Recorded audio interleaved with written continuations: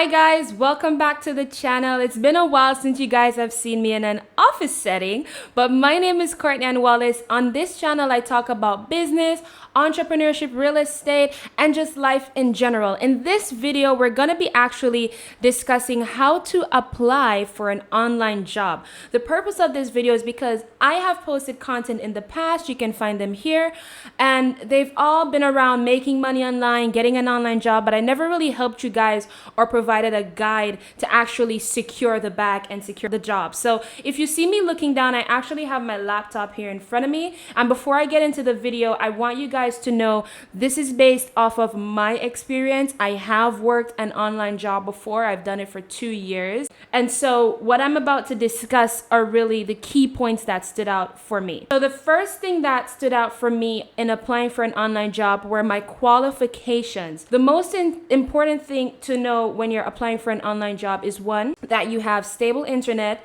A poor internet connection almost cost me my job one time, and I'll tell you how that ties in with qualifications in a bit. So here in Jamaica, we have 2 companies. If you live in Jamaica and you're watching this video, you know the company I'm referring to, and I had to switch to this other company because the connection was so slow. My classes would end abruptly in the middle of the class and all sorts of stuff.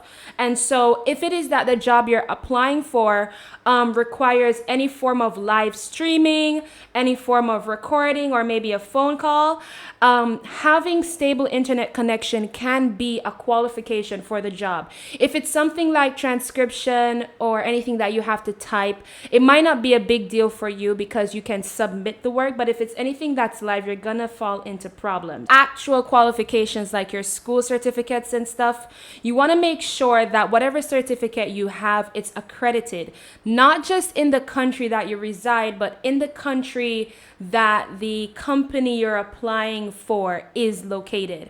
So for example, here's where college selection is extremely important. Apart from your tuition, try your best to sort of, look up what countries your degree might be accredited in.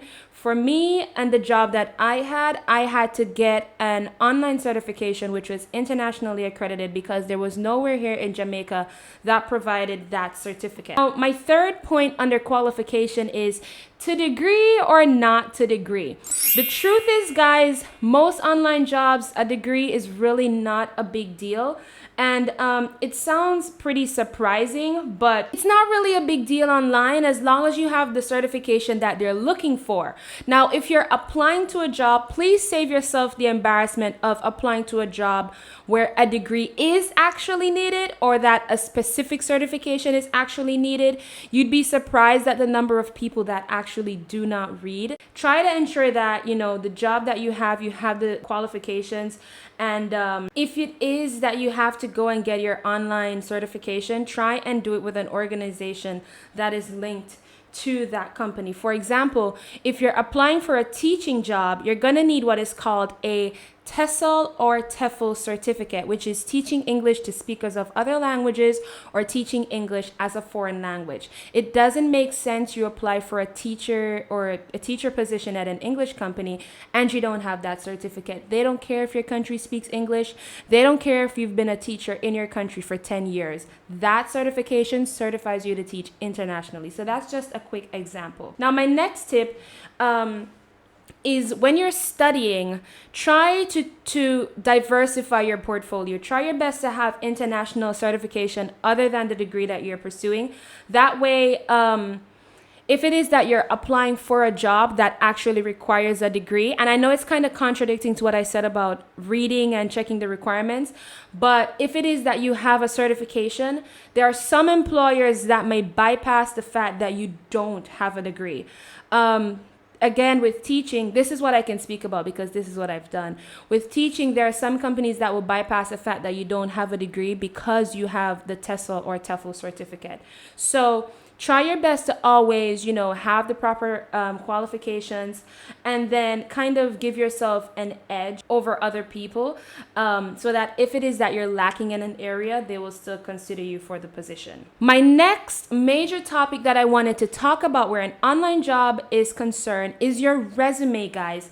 Now, a lot of international employees, they actually prefer what is called a picture resume so that they can see the person that they're about to work with or interview. Now, you want to include this picture at the header of your resume. And if you don't possess a professional headshot, I do urge you to try and get some money and get that done. However, if you don't, your graduation picture usually works just fine. Here's a few tips though if you're gonna take it at a photo studio. Number one, keep your outfit plain and simple. Mild colors, no stripes. Ladies, be mindful of your cleavage.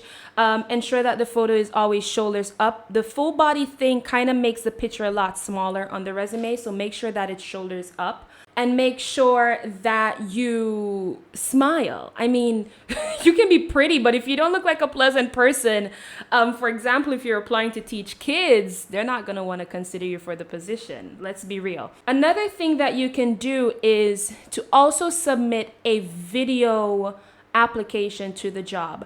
Some jobs it's a necessity, some jobs it's not needed. However, it would be a plus.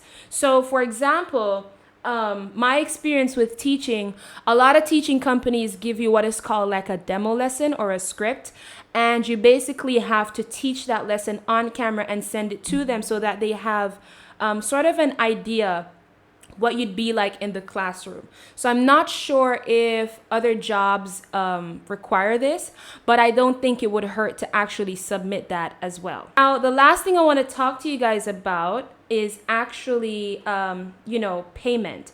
So it kind of goes without saying, but if you don't have the means to be paid by an international company, try and get one before actually applying to an online job. For the persons who are on the J1 program, don't close your account before you leave the country. What I did when I was working in the States during college, I actually kept my account open, and so I have an American bank account, so I don't have to worry about getting payments from companies. They just direct deposit to that account. If you can't do that, try your best to set up a PayPal account. You also have companies like Payoneer, and then you also have some companies that are actually convenient, and they try their best to suit your needs, so they actually pay via Western Union. That's kind of rare though, so try your best to always have that method set up. Living in a different country, it means that it won't be easy to direct transfer, and if it is that you have to get a direct transfer, it may be very costly to you. That's basically what I have to say about payment. Having a international account set up